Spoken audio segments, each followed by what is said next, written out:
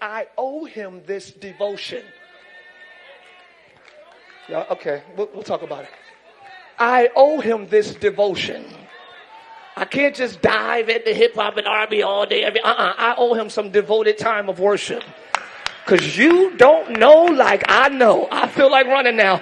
What the Lord has done for me. And if God has done anything for anybody up in this building, then you know that you owe him devotion.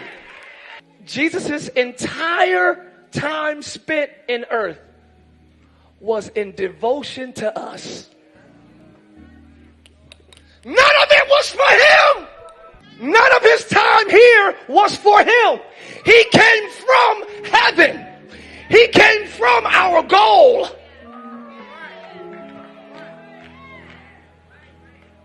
He left the finish line to help us get there.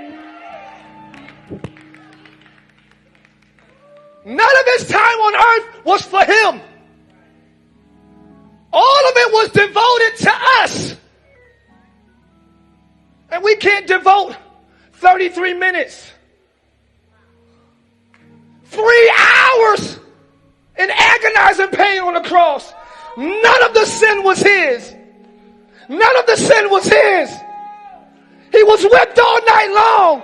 Not because he was sick, because we would get sick. And he knew that by his stripes, we would be healed.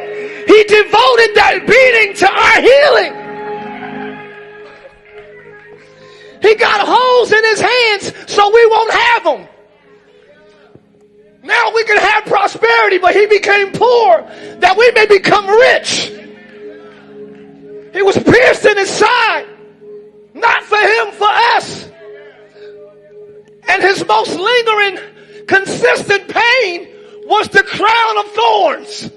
That was consistent because he knew the greatest battle will be in our mind.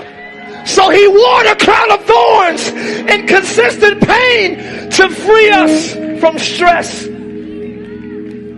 depression, confusion.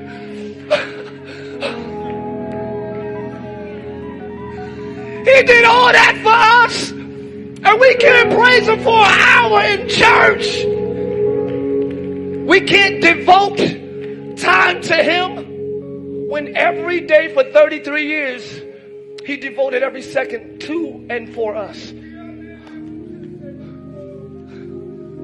We got it twisted. He did not do all that so we can live ratchetly and do whatever we want with our lives. He didn't do what he wanted with his.